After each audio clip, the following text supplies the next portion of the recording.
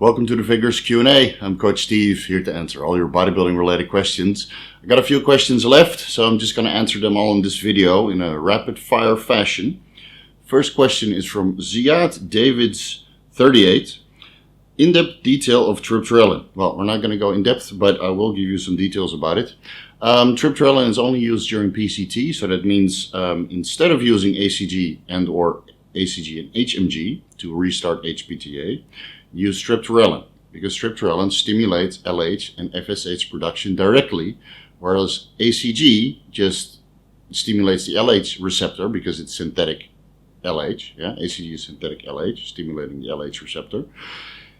And HMG is synthetic FSH, stimulating the FSH receptor. Yeah, but they're not bioidentical to the actual hormones that your body produces naturally. So by taking Triptorelin, you produce LH and FSH naturally, and that way you get better recovery of your HPTA. Now, a general recommended dose is 100 micrograms of Triptorelin in a single shot. Yeah, you take that as soon as all the hormones have left your body, because if there's still hormones in your body, then you're still going to cause suppression. You take your Triptorelin, 5 days later your HPTA has been moderately restored, and then the hormones are still in your system, crashing your HPTA further. So stop your injection, look at the detection times and the half-life, and make sure that everything is out of your system. Yeah, that might mean that you have to wait months after your last Anadrol shot, or months after your last Trenbolone shot, or Boldenone shot, or Primo shot, whatever you took during your cruise, or blast, or whatever. You might need to wait months before you can start PCT. I've covered this several times before. I'll say it again. Wait until all hormones have left your body, then you start Triptorelin. Yeah. Depending on the duration of your cycle and of course the dosages you use, you might still need Nolvadex and Clomid. Some people recover perfectly fine just with a Triptorelin dose, a single dose or double dose of half the recommended dose. So that's one dose of 100 micrograms or 50 micrograms spaced 5 days apart. I found that the second option works a little bit better. So you take 50 micrograms, 5 days later you take another 50 micrograms. And then most of the time HPTA has been sufficiently restored. And if that's not the case, then Clomid and Nolvadex will continue that process for you. And then you might need to take 4 weeks, 6 weeks of Nolvadex and Clomid together to really reset or restore your HPTA. Yeah, so I hope that covers it. Make sure you get all the micronutrients associated with healthy testosterone levels. So that's a cholesterol, vitamin E, carnitine, selenium, zinc, magnesium, vitamin D3, yeah, all those things contribute to healthy testosterone production, and you definitely need to make testosterone from something. Tongkat Ali does not have the ingredients needed to make testosterone, but ashwagandha might boost the process. Look up all those things by yourself. Second question, King Kakran. Hello, coach. Does MK677 cause fat loss like injectable growth hormone does, or is it effective only for gaining size and longevity purposes? Thank you for the great videos. I like how you answered that question. Thank you so much. Now, on the subject of MK677, I'm not really a big fan because of the potential for insulin resistance. Depending on how much growth hormone you can put out, if you're young, let's say early 20s, 25, 30 years old, and your potential for growth hormone production is still relatively high compared to when you're older, you might see comparable results with 1 or 2 units of growth hormone compared to 20, 30 milligrams of MK677 before bed. I wouldn't recommend you take that during the day. You should take it on an empty stomach when most of the foods have been digested, again because of the insulin resistance problem. And it stimulates ghrelin quite a lot, so you'll be very, very hungry. But it's better to be hungry while you're sleeping so you don't overeat and cause these issues with insulin resistance. Most of the working will be done at night when you stimulate that nighttime pulse. When you're sleeping in deep REM sleep, you get your natural growth hormone pulse, which hopefully MK677 will increase a little bit. And then the next day you'll still be hungry, but you'll have to control your appetite to make sure that you don't overeat, and which also contributes to insulin resistance. So if you're young, it might work. I'm not a big fan, but people are still going to do what they do. I think it's comparable to 1 or 2 units of actual growth hormone. And of course, if you want to get a little bit more growth hormone, you're going to have to go with growth hormone. Next question. Mook H, if you're normally on 7 meals a day, 6 meals and 1 snack. Oh, 1 snack. There we go. Somebody's been doing intermittent if it fits your macros. And now during Ramadan, the eating window is much shorter. How do you manage that on your schedule? Can we reduce it to 2 or 3 meals a day and eat double the macros with each meal? Okay, so with Ramadan, of course, there's a lot of restrictions. You're not supposed to eat during certain time periods, whether you follow the Mecca time or the local time where, where the sun goes up and the sun goes down. You're not allowed to eat. You're not allowed to drink as part of Ramadan. And then, of course, after Ramadan is finished, the Eid Mubarak celebration, you might be able to catch up in a little bit of calories. So, what some people do in the Arab countries, from what I've heard, is that they sleep during the day and they are awake during the night, and then they eat and train and do all their activities during the night when Ramadan does not restrict their eating or supplementation or activity levels. It might be a good time to reduce the calories and only eat in the morning 1 larger meal and 1 or 2 larger meals in the evening. But you got to remember, a larger meal takes longer period of time to digest. So you might not be able to fit in 3 large meals. You might only be able to fit in 2. And then you can increase the caloric amount of the meals. What I would recommend everybody to do, I know it's a little bit late, but Ramadan is, close to finishing. Because you're not allowed to drink, I would recommend everybody to, in the morning, you eat your meal, which you're going to have for the rest of the day. I would recommend everybody to have a ketogenic meal, so you stay in ketosis, so you're burning body fat throughout the day. It makes Ramadan a little bit more tolerable compared to having carbohydrates in the morning and in the evening.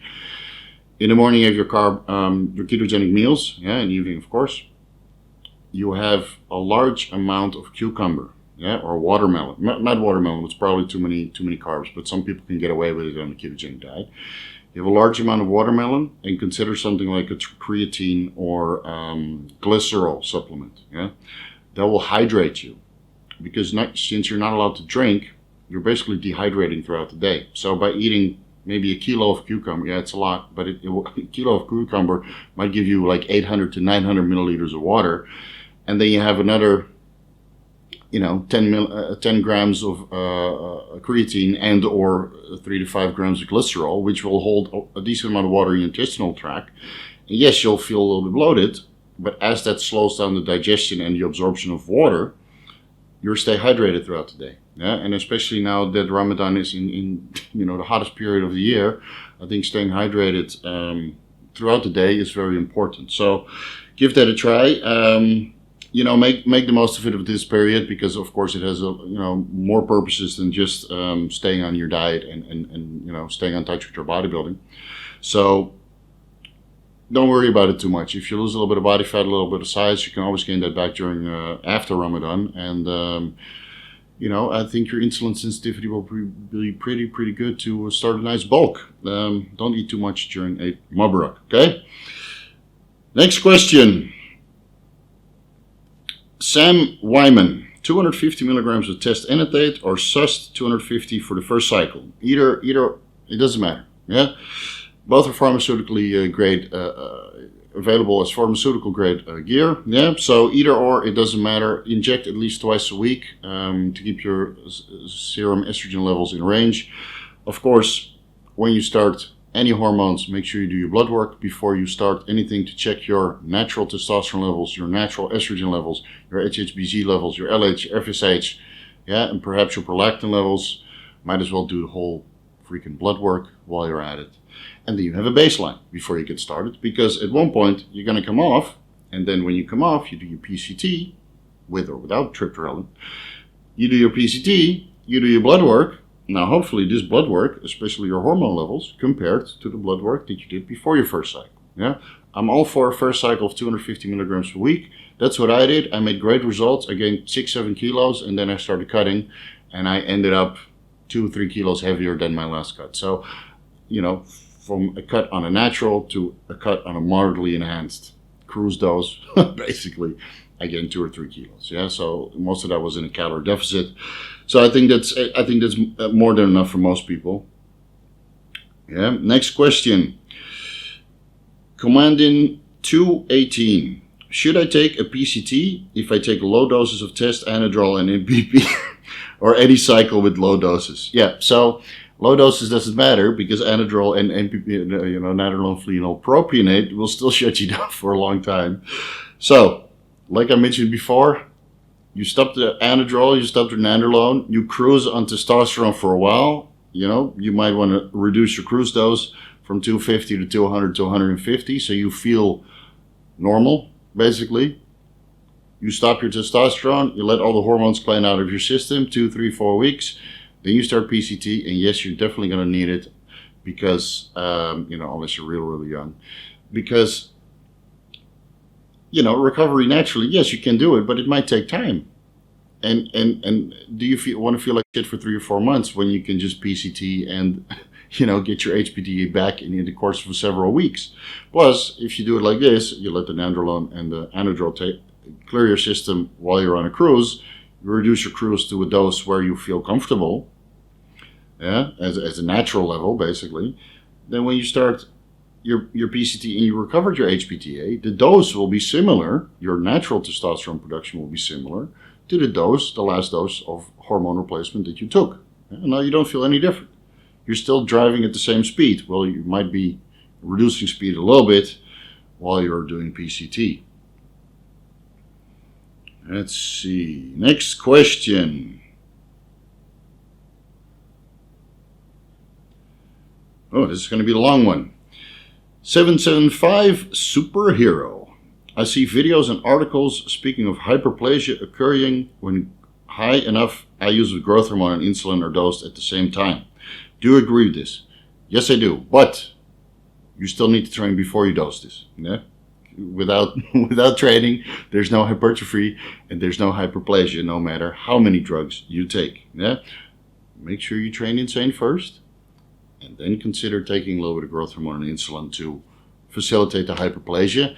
And guess what hyperplasia needs? Food. A lot of food, because the process of self-division and cell proliferation requires a lot of energy and a lot of nutrients. So I agree with this if everything is in place to facilitate hyperplasia.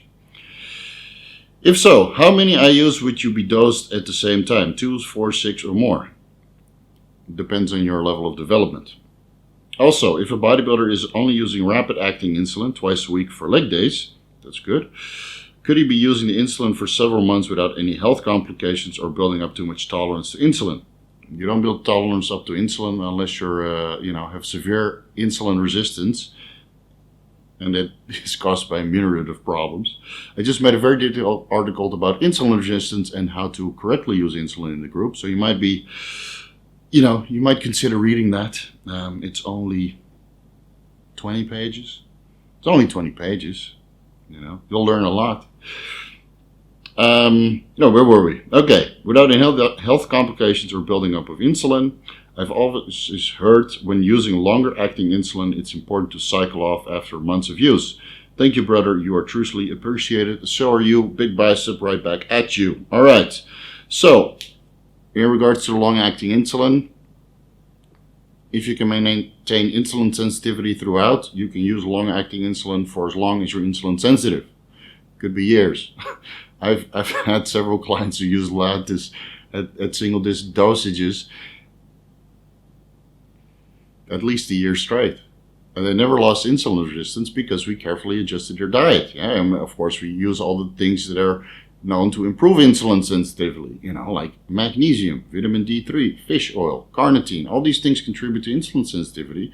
So if you take that throughout the day and you don't overconsume carbs, you don't lose insulin sensitivity. You don't take MK677, you don't take exorbitant amounts of growth hormone, you don't lose insulin sensitivity.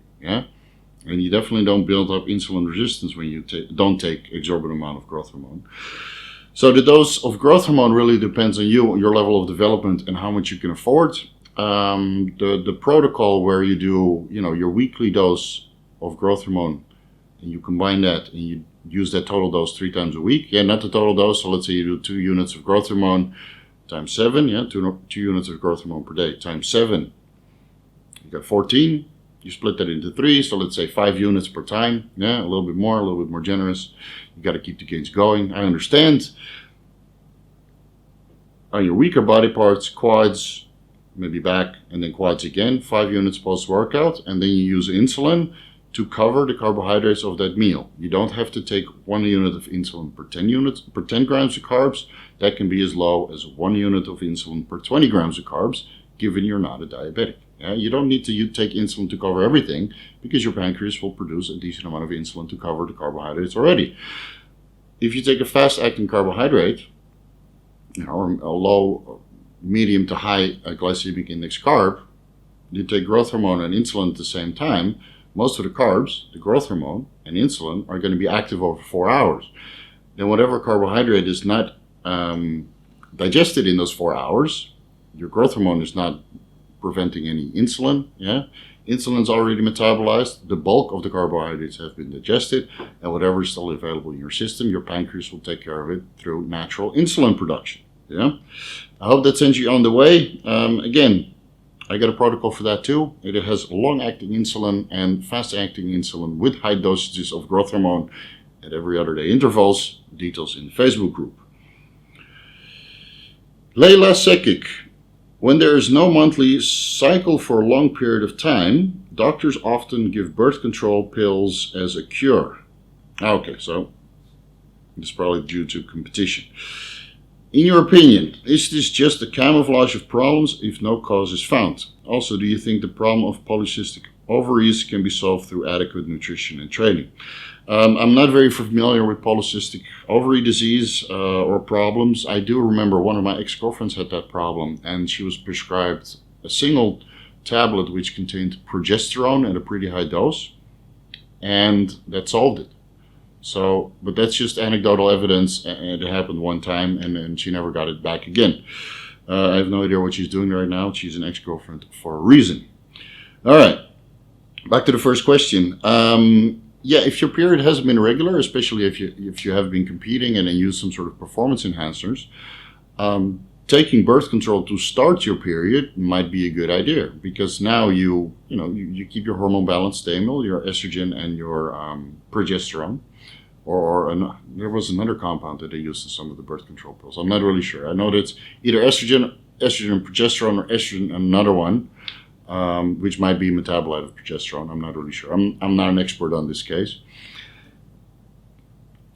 When you start a cycle of birth control, after 21 days, it sends a signal for your body to have the period, right? You're basically postponing the period. So what I've noticed with some of the girls that I helped in the past to get their period back, by having birth control, they were able to get their periods regular again.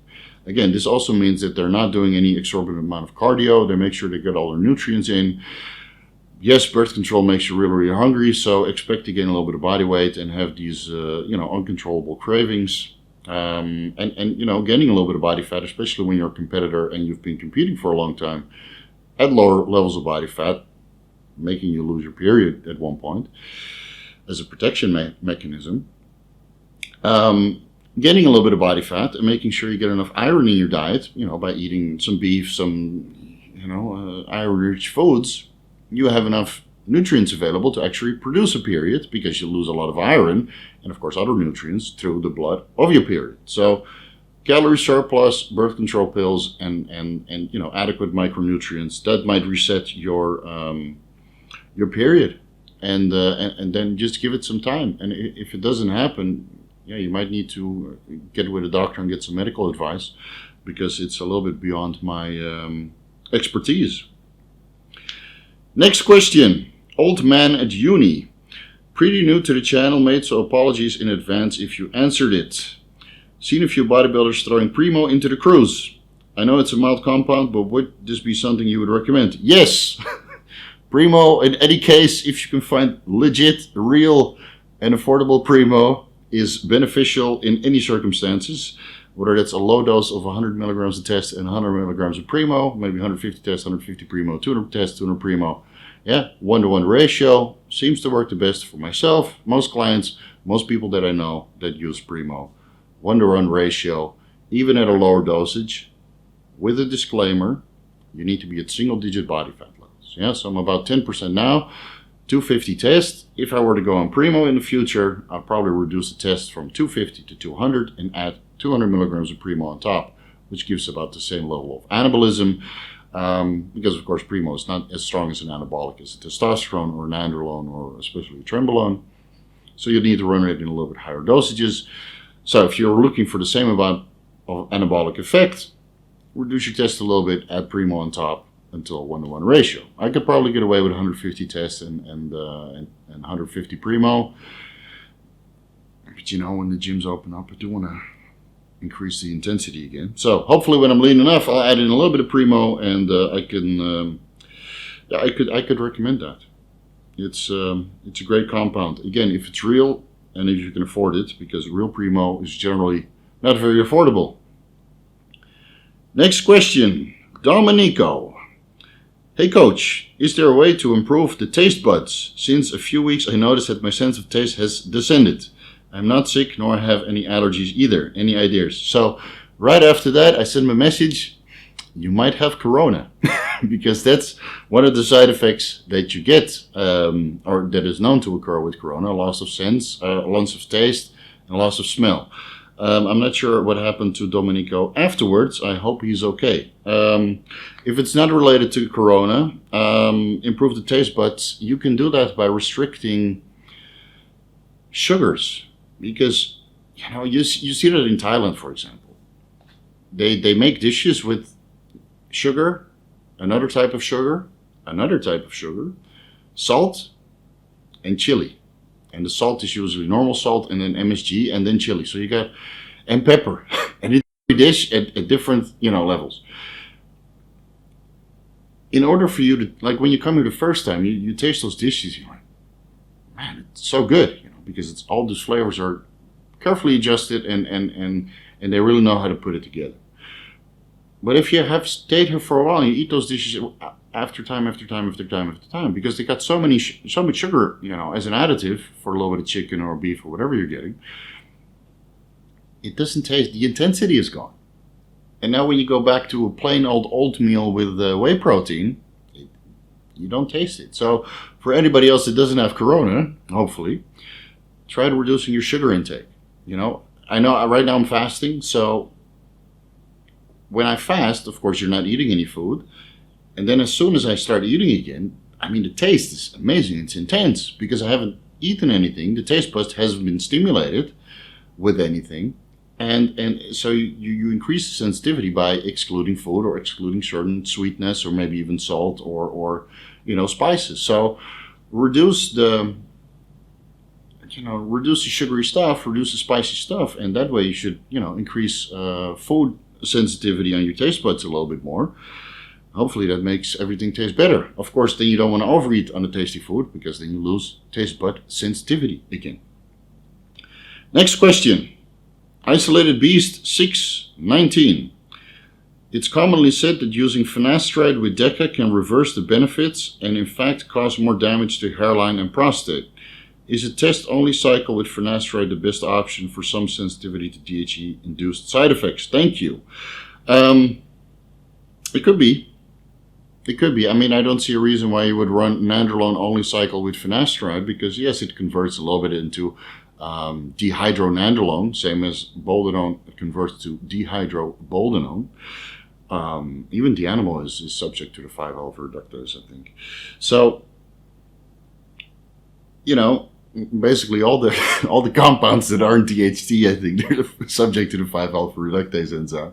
So it might be able to convert to dihydronandrolone, but from what I understand, the hair loss side effects. See, this is all shaving off. It's my choice, not because a side effect of DHT. The dihydronandrolone apparently doesn't cause as much problems with hair loss as dihydrotestosterone does. And maybe a dihydroboldenone doesn't have that same effect either, but the injections are quite crippling, so why bother? If you have problems with DHT and you think that's causing the hair loss issues, why don't you check your DHT levels first as a natural? Yeah. If your DHT is in range, maybe it's not the issue. Then you go on hormones, And you go on testosterone, you check your DHT levels, see how much it increased. If you want to bring it back down, use 5-alpha reductase, bring it back down to where it was before you started taking steroids. Yeah? Because now your DHT is the same level as it was as a drug-free athlete, drug-free person. If you want to bring it down even further, I would do that in a step-by-step fashion, because low DHT and finasteride or dutasteride have been linked to libido issues. And since especially dutasteride has such a long active life, I think it's almost a month, you crush your libido with dutasteride or finasteride, and you stop it, it's still going to be there in your system, and it might take a while before your libido is back. And it's not unheard of for libido to be affected for months on end. Same as problems you have with prolactin in relation to Anadrol. So it's a viable option, but without knowing you as an individual, you're going to have to make a careful assessment of what is feasible for you. Give testosterone and a try at a hormone replacement dose. Check your DHT levels 4 weeks into it. Consider using finasteride to bring down your DHT levels. Slowly bring your DHT levels down to the point you're not losing any hair. But if you start to notice that libido is an issue, then nandrolone only might be a feasible option. But remember, hair loss is not the only issue, that is possible, because nandrolone, when you start taking it, the water retention, the gynecomastia possibility, through estrogen conversion or prolactin stimulation, is also a possibility.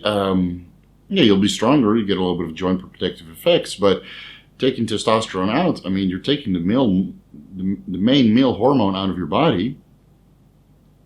It's you're losing some of the benefits from that, especially in the sense of well-being, because I did nandrolone only twice for 8 weeks, and the second time I added boldenone on top. It just didn't feel right. The first time nandrolone only didn't feel right, and of course nandrolone and boldenone together didn't feel even worse. So from a sense of well-being, I can't recommend it. And I'm bald, or I'm shaven. It's not a big deal, man. It's not a big deal. it's a little bit of confidence goes a long way. Or not giving, confidence, not giving up. They're like interchangeable. So, after I shave my head, people seem to be very complimentary and happy. There's no shitty comments. Come on, guys. Not yet, at least. So, I don't see it's a big deal. And, in my younger years, when I was 18, I took my hair off. I felt fine. When I was 22, I did the same thing. When I was 26, when I traveled for a year, I shaved my head too. It's not a big deal, man. It's not a deal breaker in any case that you find yourself in. Yeah, unless you're a model or something. Then, hey, a wig might be a better option. Next question. Built by AB, built by Ehrenberg. What are your thoughts on a pre-blended cocktail of PEDs? If the ingredients are at the amounts you want, or is it injected in specific drugs at separate, potentially optimal times for best options? Lots of this stuff floating around in Asia. Instant red flag, but interested to see your thoughts. Anyway, okay, so pre-cocktail injectable formulas. Cysteine I'm totally fine with, yeah. It's FDA approved, 4 different esters, releasing over 4 different times.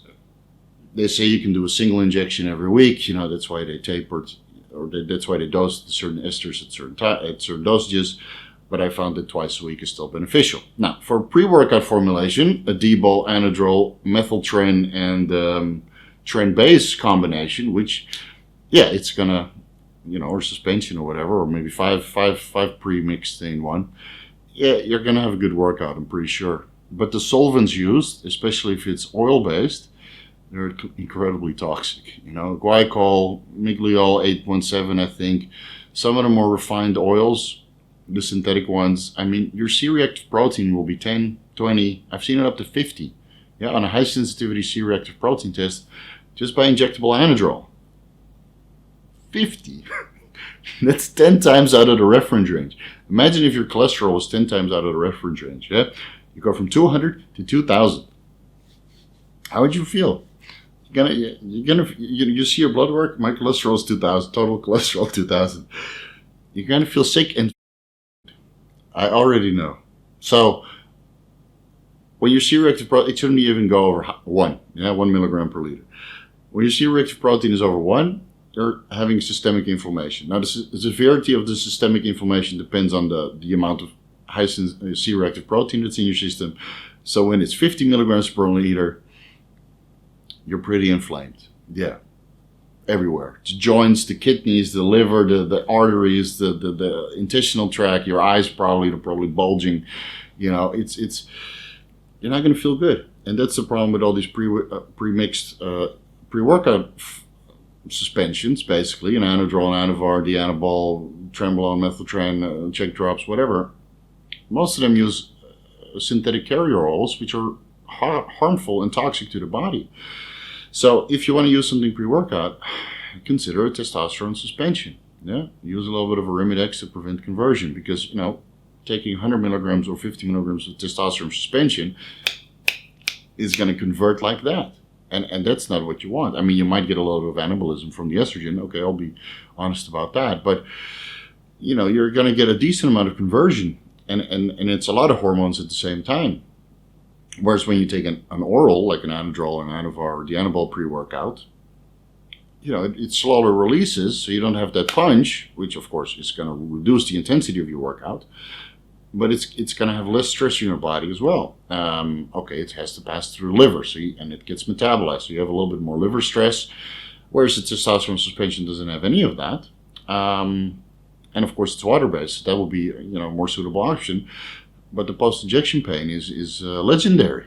Same as with Menstrual. You can mitigate some of that by using injectable B12, injectable carnitine, injectable glutathione, sterile or bacteriostatic water to dilute the volume. And that way, the volume is lower, so the concentration, or the volume is higher, so the concentration is less, which allows your body a little bit more time to absorb the active pharmaceutical ingredient, in this case, suspension, a testosterone suspension, or Winstrol, or Tren Base, if your favorite. I mean, I've used it a couple times. It just makes you crazy, dude. It's I'm not a big fan of these pre-blends. I don't like the Trembolone and Masteron combination. It works very well at a 1-to-1 ratio, but sometimes you want to take a little bit more of Masteron, or a little bit more Tren, or you don't want to take Masteron, or you don't want to take Tren. Well, then you would just buy them separately. But sometimes I see like the Tri-brand, Test Probe, 100 milligrams. Tren Ace, 100 milligrams. Masteron Propionate, 100 milligrams. So with the premix blends, it's always an issue because you can't really adjust the dose unless you supplement from one of the blend's ingredients on top. But let's say you take a Test Probe, Masteron, Propionate, and the Tren Ace. How much of that is actually Test Probe, Trembolone, and Masteron? You don't really know, right? At least when you take it separately and you introduce one compound at a time, you clearly see the difference. So it's definitely not a compound that beginners should use, because you need to assess how your body responds to each compound individually. And 100 milligrams of this and this and this together, maybe that ratio doesn't work for you. I know I recommend everybody to take, if they take Primo, 1-to-1 ratio to testosterone. That works well for me, but it's a starting point. If you take it separately, you can still adjust the dose. So pre-workout formulations or pre-blends, I'm not really a big fan. I just tell my clients just to get everything separately, and then we can adjust the dosages based on how they respond, how they react, and how they progress. So that would be my recommendation regards the pre-blends cocktails. All right, over to Facebook. Next question is from Chris Bogoda. Is it commonly accepted that resistance is resistance, but if you took two guys with identical genetics, nutrition, and all extraneous factors, one did cable rows and the other did barbell bent over rows, same rep ranges to failure, etc., who would develop a thicker back? Cable rows. I'm going to assume that it's seated cable rows versus bent over barbell rows. So, bent over barbell rows is usually, you have two variations, right? You have the underhand grip and the overhand grip.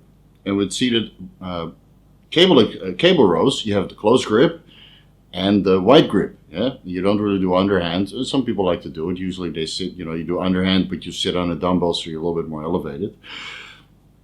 The difference is with a cable, you have an attachment where you pull from, right? That's the pulley. You pull from that attachment. Whether you pull up or down it's naturally going to go towards that attachment. Whereas with gravity, yes, it's going to pull it down, but the pulling is not as forceful.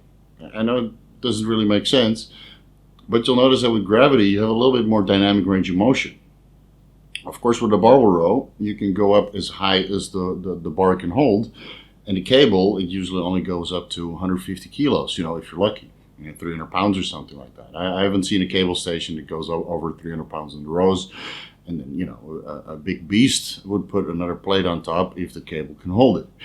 All things considering, I think bent over barbell rows is going to give you more growth and especially more thickness because, you're bending over a little bit more. And even though you're keeping that stable, with the seated, how would you explain this? With the seated, you're doing that range of motion, right? But you're creating momentum as well. So when you're going all the way forward and all the way backwards, you're creating momentum in the cable rows. Whereas with barbell rows, you lock yourself into place. And as long as it's not too heavy, where you're actually pulling yourself towards the bar, which is very common, I mean, sorry, Ronnie, but Ronnie Coleman was legendary for doing that. He does 5 plates in the barbell row. Yes, it's freaking heavy. But he was pulling himself towards the bar sometimes. It's like that. Well, he had the best back, so I guess everybody should do that. But for most people that are not Randy Coleman, you might want to practice a little bit more control. And, you take the momentum out of that. So I think less momentum, which you do have with the cable rows, is probably going to make it better. But, the combination of both is always going to be ideal. You do barbell row for thickness and seated cable rows with the close grip for lat width. You do both. You can do barbell rows first, cable row second, finish it off with some deadlifts, a little bit of shrugs. Game on, man. You got the best back in the gym, I'm pretty sure. All right, next question. Azaz Lee Osnar. Bro, any advice on arm workout? I feel like I'm not doing it well. Less improvement. Thanks, brother. Okay, so it really depends on person to person. So, look at it this way. Every body part has a certain rep range that it responds to. And depending on the rep range that it responds to, you can have a certain amount of weight. So let's say you do a bicep curl with 20 kilos, but you only do 6 reps and it's not responding. Why don't you half the weight, double the reps? You probably can do a little bit more than half. You go from 6 reps to 12 reps, try like 10 kilos, 15 kilos, see how that works. And maybe that doesn't work, you go to 10 kilos, 20 reps. Give that 4 weeks. Every time you change it, you give it 4 weeks, you measure your arms, see how they change. Maybe that doesn't work, you only use cables. Maybe that doesn't work, you use occlusion bands. Some people get great results from that. Maybe that doesn't work, you start adding synthol. Hey, people do that stuff also. So give everything like 4 weeks and then adjust from there. So go from whatever rep range you're doing now, it's not working, otherwise you wouldn't be asking this question. You change the rep range up and you have to adjust the weight. So maybe you increase the reps or you reduce the reps, you change the weight accordingly, give that 4 weeks, see if it worked. If it didn't work, okay, change it to the opposite rep range, so either lower or higher. And then if that doesn't work, try to do cables only. If that doesn't work, use occlusion. If that doesn't work, then you probably exhausted all forms of training. Local growth is very, very difficult through the use of peptides. Might be able to do that. And then the rest is just, suspensions and synthols and scar tissue. And that's not going to look very nice. But some people resort to that. Personally, I don't have to because I'm happy with these cannons. 17-inch cannons. No, they're not 17-inch. They're a little bit more than that. Yeah, there might be maybe like 18 and a half, 19 cold. Next question. Joseph Miozik. I hope I pronounced it correctly. Opinion on high protein diet that DC recommends, like 2 to 2.5 grams. Is that 2 to 2.5 grams per pound or per kilo? There's always a difference. So let's say it goes by kilo. So if it's 2.5 grams of protein per kilo of body weight, I would be eating 250 grams of protein, which is not very high. I'm 230 pounds, a little bit over 100 kilos. So I have to whip out my, my calculator. 230 times 2.5 is 575. Now, 575 grams of protein might give you some some renal problems, some kidney problems. Now, Dante Trudel is a very big proponent of astragalus root extract, which actually helps to reduce a little bit of inflammation in the kidneys and lower your creatinine levels by increasing excretion of creatinine. Maybe that's because of it. Now, I don't think that's the case. Yeah, I think that most people will see very high levels of creatinine either through, crazy ass workouts or through kidney damage. The bigger you get, the higher your creatinine levels are going to get. Protein plays a part of that to a certain extent. Of course, when you eat protein, you supplying your body's capability to produce creatinine. By reducing protein intake, your body's going to resort to stored protein in the muscle cells. Your creatinine will still be about the same, but your blood urea nitrogen might go down because eating an excess in protein will increase BUN levels, blood urea nitrogen levels, which is a byproduct of protein metabolism outside of the body, conversion to gluconeogenesis or a little bit of protein metabolism outside of what is being metabolized in the muscle cell, in the liver, other tissues of the body. So when your BUN goes too high, you're eating too much protein. Or you're doing like a deep contest prep where you're eating protein, your caloric intake is too low, you're reducing carbs, restricting fat intake, and then your body starts to resort to the dietary protein, or maybe a bit of stored muscle protein for energy, and then your BUN goes up as well. I believe that most people can get away with 1 gram per pound, 1 gram of protein per pound of body weight in the off season, given the rest of the calories come from carbs and fats. Yeah. So if you're 300 pounds, 300 grams of protein with probably 1,000 carbs, it usually works. Now, as you reduce the carbs, you're getting into a calorie deficit. The protein goes up to compensate, because you'll just get more and more gluconeogenesis. Some is going to be used for energy. You don't have a say in this. Yeah. Especially when you get to lower body fat levels, you have to restrict your calories more and more. Your protein intake might go up. Now, I don't see there's a reason to go up to 2.5 grams per pound, even in a severe calorie deficit, because even if you do a ketogenic diet, I wouldn't even go to 2 grams per pound, maybe 1.5. I mean, I'm in a calorie deficit right now. I'm eating 350 grams of protein, so per pound, let's divide that. The rest is fat because I'm in a ketogenic diet.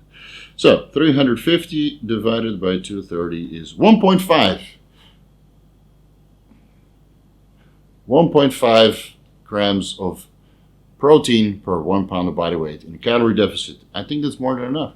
And you can experiment with a very high protein intake. I know some coaches are a big proponent of that. Feel free to try it. Just remember that the results and the consensus, that high dietary protein might cause some kidney damage. There's some people say yes, some people say no. I don't think it's a good idea to go up to 2.5 grams per pound. And if you do 2.5 grams per kilo, yeah, that definitely works. That's I'm eating way more than that. I mean, it's you still need a decent amount of protein to facilitate the anabolism and the recovery and a little bit of energy when you're in a calorie deficit. You got to remember, your skin, your hair, bodily liquids contain protein as well. And you'll be lucky if you synthesize 10, 20, 30 grams of protein from your food into new muscle tissue, and the rest is just going to be used for other stuff, whether that's energy, bodily fluids, skin, hair, nails. It all contains protein, and you lose a significant amount of protein just by sitting here. I mean, the dust you vacuum from the floor, that's skin cells, and that's protein. Don't turn it into protein powder. Okay? Hope that answers your question. Let's go to the next one. Next question is from Chad Blackman. If a person were to take a harsh oral like the Anadrol as a kickstarter to the cycle along with a test base. And after a month, they noticed their liver lipids were out of range. What is the best way to stop the liver damage without stopping the whole cycle? Completely, thanks. All right, so it depends on how bad the liver damage is. I usually don't see a reason to stop if the liver enzymes are similar to your body weight. 1 point of liver enzymes, it's in like units per liter, I think, compared to 1 kilo of body weight. So if I'm 100 kilos, as long as my liver enzymes are below 100, I'm okay. I feel that I'm okay. Yeah, especially if your gamma GT and all the other liver enzymes are not out of range. Yeah, if gamma GT starts to go out of range, that's a true indicator of liver damage, and then you need to stop. Yeah, and then you need to stop for a while, at least until GT is back into range and stays into range for a month or 3 months. Yeah, because your liver needs to regenerate, and it might take a few months. So from the Anadrol, let's say your liver enzymes go from 40 to 80 and you're 80 kilos. Okay, you're at the top. Yeah, you can still continue. Deca will reduce your liver enzymes and help a little bit of bile flow, which could reduce the stress on your liver. NAC will help to produce hepatocytes and prevent a little bit of liver damage that way. Silymarin, liver 52, I'm not really a big fan. I don't think they do anything, but some people swear by it and they take it and they get good liver enzymes on the blood work. So if it works, it works. Fiber to allow detoxification, yeah, so Deca increases bile flow and detoxifies liver enzymes, cholesterol, and all the other toxins into the bile acid, into the intestinal tract. You still need fiber because the fiber binds into the bile acids and helps you excrete it out of the body. Don't go too high in the Anadrol dose, you know. It's usually the liver enzymes are dose dependent, depending on the oral you're taking. And of course, certain orals are going to be, you know, more impacting your liver levels, liver enzymes, than other orals. So an Aromacin or a Proviron are very mild on your liver enzymes, but a Halotestin and a Superdrol are going to be detrimental to your liver health. So that's why we usually only run them at moderate dosages for 2 weeks. You know, 20, 30 milligrams for 2 weeks, maybe 40 milligrams if you're a big beast. But beyond that, we usually don't take it because the effects have been saturated, and you take it for the amount of time that you need a maximum effect, then you stop. Huh? Hope that answers the question. Next one, also from Joseph Miosik. Opinions on IGF-1, LR3, dosing protocol, etc. Okay, that's the last question of this video, so let's go into it. I think IGF-1 is great if you can find real ones. Increlex is very hard to source unless you're an IFB Pro and it's basically offered to you. You'll probably still have to pay, but it's, you know, funny thing is about having a reputation or having a status or a pro card or whatever, certain pharmaceuticals will find their way to you. If that's not the case, you're probably limited to generics, and generics have a limited potency. So let's take all of that out of consideration and assume that your IGF-1 is IGF-1 LR3 and dosed as labeled. Yeah? So if it's 1 milligram dose on the vial, there's 1 milligram in the, you know, you're actually getting 1 milligram and not 100 micrograms or 1 milligram of GHRP6, which is very common. Buyer discretion is always advised. Yeah. You build up a tolerance to IGF-1 because the IGF-1 receptor does downregulate. How long that takes, could be 2 weeks, could be 4 weeks, depends highly on the person. If they're using growth hormone, insulin, carb intake, all that stuff contributes. A decent dosing protocol is usually, if it's good quality IGF-1, 50 to 100 micrograms in each muscle, 1 hour pre-workout. Yeah, whether that's the IGF-DES or the IGF-LR3, I feel that pre-workout dosing is the most beneficial because you increase nutrient uptake during the workout without dropping your blood sugar too much. So I prefer the IGF-1 pre-workout and insulin post-workout if you're up to that level. GH and IGF-1 pre-workout, insulin post-workout. Train your butt off and get your nutrients in post-workout, and you might use insulin to shuttle that in. So let's say you're doing growth hormone and insulin pre-workout. 2 units of growth hormone can be anywhere. Subcutaneous, intramuscular. I prefer intramuscular. IGF-1, 50 to 100 micrograms, depending on the size of the body part, and then you do that dose in both body parts. So if you're doing triceps, you want your triceps to grow, you know, a little bit of peptide might be able to help. 50 to 100, depending on how big your triceps would be, given the size of my tricep, I would use about 75 micrograms both sides, so that's 150 micrograms in total, 2 units of growth hormone, and then post-workout fast-acting insulin if I needed it. Probably not after arm day. If you need insulin after arm day, it's, yeah, no comment. After leg day, after back day, after chest day, I understand. Maybe shoulder day, you know, if you're pressing over 100 pounds for shoulders per side, dumbbells, then I see a reason why to use insulin post-workout. Otherwise, it's not, you don't need that much recovery. You know, just a normal meal. It's a small body part for arms, so you don't need that much recovery benefit on top of the growth hormone and the insulin and the IGF-1. Yeah, that's a very common method to dose it pre-workout. And then after all, you notice that, you know, the volumization of the IGF-1 goes down. Could be 2 weeks, 3 weeks, 4 weeks. You don't notice an increase of the pump, the workout, the strength, the recovery. That means your IGF-1 sensitivity is slowly going down, and then you stop 2 to 3 weeks. Now, if you want to increase IGF-1 sensitivity, you can crash your IGF-1 with Metformin. 3 weeks on IGF-1, 2 weeks on Metformin. 3 weeks on IGF-1, 2 weeks on Metformin. Yeah, Metformin might it's probably going to lower your serum IGF-1 levels to like 80 milligrams per deciliter. So that's nanograms per deciliter. It's pretty low, so it's below 100 for sure after 2 weeks on 500 milligrams of metformin before bed. Now, in the absence of IGF-1, your body allows to increase IGF-1 sensitivity, whether that's the receptor or some of the processes internally through DNA transcription. It just makes IGF-1 more effective again. So 2 weeks off IGF-1, 3 weeks, use a little bit of metformin to increase the IGF-1 sensitivity, but you definitely will lose recovery, and you'll definitely lose training intensity during that time because your IGF-1 is lowered, right? Keep that in mind. You might want to do it like this: 2 weeks, 3 weeks on IGF-1, and then 3 weeks on insulin. Yeah, insulin might reduce IGF-1 sensitivity as well, but it's usually if you're not using too much insulin, and especially since you're producing insulin throughout the day, it shouldn't be that dramatic, especially when you're using metformin. Yeah, don't use long-acting insulin together with metformin. That's freaking stupid. All right, I hope that answers your question, and I guess that solves it pretty much for this round of the Vigorous Q&A. We're always halfway in May, so I guess in 2 weeks we're going to do the Vigorous Q&A all over again. I got a little bit busy with new signups. Gyms are opening up worldwide and people need coaching. For that, I'm still available. Yeah, there might be a little bit of waiting list. I'm not sure if the waiting list is still there by the time this video comes out, but I do have a few programs to finish before I can get to work on yours.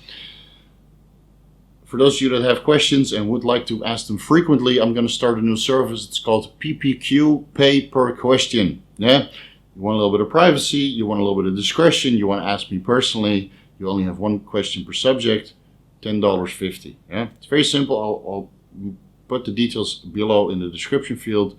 You have a question on one subject, yeah, that's $10.50. You can email me your question. So one subject is training, another subject is performance enhancing drugs, another subject is supplementation, another subject is well-being, whatever. Those are 4 questions, that's $42. Yeah, so one question, $10.50. Please attach a screenshot of your PayPal transfer so I know that you already transferred, and I will answer you within 24 hours. Yeah, you can do that by email. More details in the description field. All the other services are still available. If you have 5 questions, the private Facebook group might be a better option for you. That's only $50 a month. And, you know, if you have a ton of questions and you don't want to do the research consultations, you know, 1 hour, it's usually enough to set you on the way and you know, make all the decisions very, very worthwhile for the rest of your bodybuilding career, or at least for the next couple of months. And if you need some real hands-on assistance, coaching is always available. Yeah. Thank you guys so much for watching, and I'll see you in the next video.